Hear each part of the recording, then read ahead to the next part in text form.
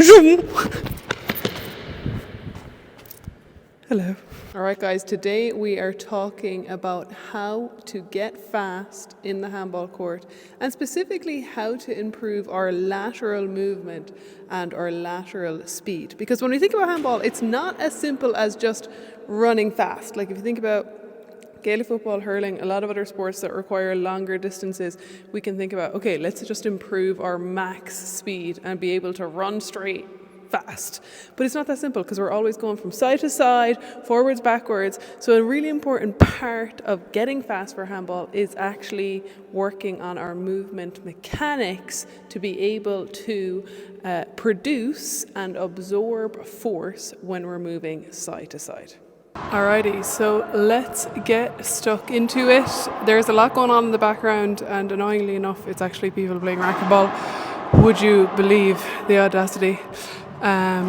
But yeah, we'll do a voiceover or something. We'll figure it out. All right, let's get stuck in. Okay, so we're going to start very simple. The most simple way to develop power is by jumping. It is a full body movement. We are loading up the leg by dipping down with the hip, with the knee, and then we're absorbing that force. So it's the most simple way to work on force production and absorption. I'd recommend trying to jump as far as you can with controlling that landing for 3 seconds. And the goal over time would be to build that distance up. Then we're going to go on to our lateral jump rebound. So this time we're still working on force production, but we are quickly absorbing the impact and rebounding out of that. And imagine like a shot in handball, you know, we get into this position where we hit the ball. We have to absorb it, and then we're not hanging around, you know, we're not holding the landing for 3 seconds. We have to be able to quickly go one way and then push off out of that. So this is key in being able to actually change directions quickly. Our next one is pretty straightforward. We're actually working on that lateral movement. So we're staying low. We can start slow and then build up the intensity. When we're in this position, we should actually feel like our legs are working hard. Obviously the heart rate is going to get up, but because we're in this position where we're loading up the legs, in this position we're quite low down, we're pushing off that leg that is in that landing position, and then we're staying low. Stay low and keep the load in the lower body so that we can get as much power as possible in that change of direction. So start slow and then build up your pace on this one. This is actually a drill that I really like to work on, the crossover that we want to happen around center court. Because a lot of the time, you know, we're not going to end up hitting the ball like this, fully straight on, ideally. We actually want to hit the ball like this. So then we have to cross over our feet. So we want to train that positioning, that footwork, because otherwise it's not just going to happen. It's more instinctive just to go like that and to lunge for the ball. So what's going to happen is we're going to sidestep, and when you get to the center cone, you're going to step over so that you're actually facing the side wall, and then you're going to step to the side and do the same thing on this side.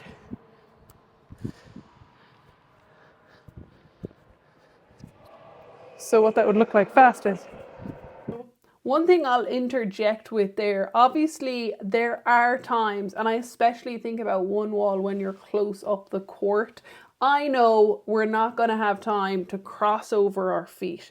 But there's times, for example, when we're returning the serve, and especially in 40x20, this is something we want to think about around center court, is that crossover step, so that we are facing the sidewall. We are able to hit the best shot that we can in there. And then with this, we can add to a lot of drills we're doing by actually working on our swing. So we'd call this shadow swings, and adding those into our footwork drill just trains us to, okay, when I get into this position, I am doing this swing in this position. And it's just an easy way to combine like the legs and the upper body so that we actually train the way we want to move on the court. So with this drill, we're focusing on that side to side movement. You'll see that we always absorb the landing, we push away, and then we're moving into the next one. And then we can combine that with the backwards movement, because that's a movement that has to happen a lot in the court as well. It's not all just moving forward directly or moving backwards directly. And you'll see that when we combine these, we build up a good bit of fatigue, and we want to do them to quality, but we also want to push ourselves so that in a game when we're tired, our instinct is to move this way that we have trained.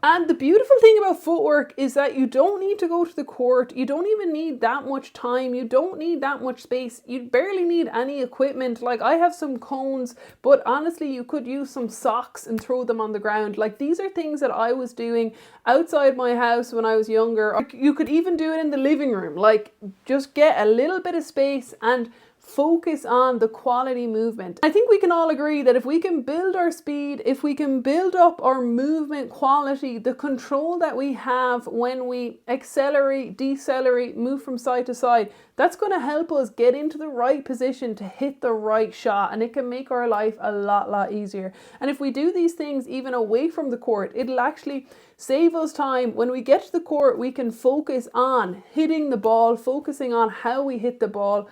A lot of the time now, I'll combine my footwork with my skill sessions, but if it's a case that you can't get to the court and you want something to work on in handball, footwork is always a good one to go to. And the last thing I'll say about building your speed and building your lateral speed in particular is, and I didn't talk about it in this video, is the stronger you are, the faster you are. So sometimes we might not be able to control our movement because we're actually just not strong enough in that position. So that's why it's so important to also do our strength training. But to be honest, that is a video for another day. Last thing I'm going to do for you is literally put on the screen what I would recommend in terms of how to structure a footwork session that is focusing on your lateral speed development. So you can screenshot that, give it a go, you can thank me later. And listen, if there's something that you want covered, an area of handball that you want covered, then you're in the right place. Let us know and we can answer all of your questions here.